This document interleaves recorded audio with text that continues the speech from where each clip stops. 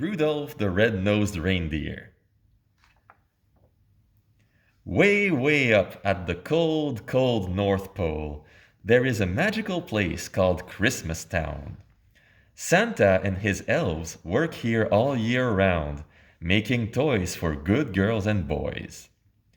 And one night, not so long ago, something marvelous happened. A reindeer named Rudolph was born. But he wasn't like the other reindeer.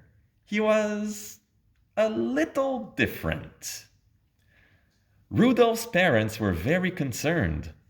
"No son of mine is going to have a nose that glows," declared his father, Donner. Then he put a fake nose on Rudolph. So Rudolph wore the fake nose, and he went out to play reindeer games with the other bucks every day. He had to, if he wanted to pull Santa's sleigh one day like his father. But Rudolph wasn't very happy. Then one day he met a pretty doe named Clarice. She whispered to him, "I think you're cute." Rudolph was so excited he started flying through the air. When Rudolph landed, all the reindeer cheered. "Fantastic!" the coach yelled. Rudolph finally felt as if he belonged. But then, his fake nose fell off. Everyone laughed when they saw his bright red nose. Then someone called him Rudolph the Red-Nosed Reindeer. And they laughed even more. Rudolph was so embarrassed that he ran away. He decided that he was never, ever going back to Christmas Town. He just didn't belong. And at the same moment, an elf named Hermie was running away from Christmas Town too.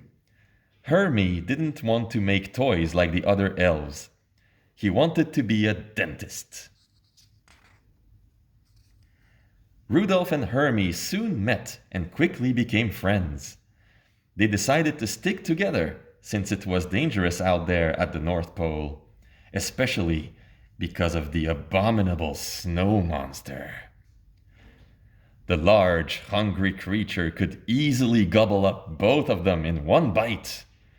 And Rudolph's glowing nose made it easy for the abominable snow monster to follow them wherever they went. The abominable snow monster was chasing Rudolph and Hermie when they ran into a prospector named Yukon Cornelius. The prospector chipped off a large block of ice, and they all floated away from the fierce monster. The ice took the new friends to the island of misfit toys. There, they met a Charlie in the box, a polka-dotted elephant, a train with square wheels, and many other toys that were just a little different. The toys were sad because they thought no one wanted to play with them.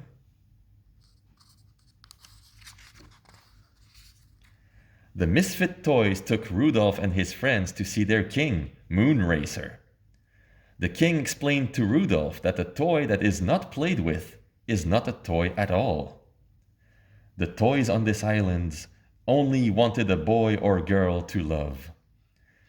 Moonracer hoped that Rudolph would ask Santa to find homes for them. Rudolph agreed to tell Santa about the misfit toys. That night, Rudolph decided to return to Christmas Town alone.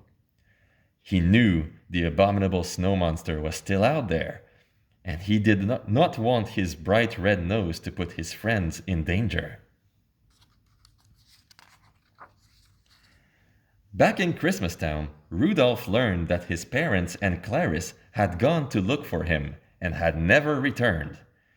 He knew exactly where to find them. In the cave of the abominable snow monster. Rudolph arrived just in time to save Clarice, but he was no match for the gigantic beast. Luckily, Yukon Cornelius and Hermie had followed Rudolph's trail to the cave. They had a plan to rescue their friend. Hermie lured the monster outside, and Cornelius dropped a big rock right on his head. Safe at last, Rudolph and his friends returned to Christmas Town. In all the excitement, everyone had forgotten that it was Christmas Eve. But once home, they learned that a terrible storm had forced Santa Claus to cancel Christmas. But Santa, what about the good girls and boys? Rudolph cried, his nose glowing brighter. What about the misfit toys who need homes?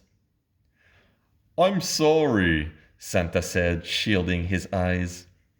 The weather is just too bad to... Rudolph! Your wonderful nose! It's so bright!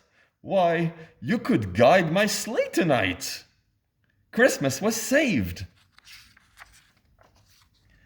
Rudolph guided Santa's sleigh that night, and every Christmas after that.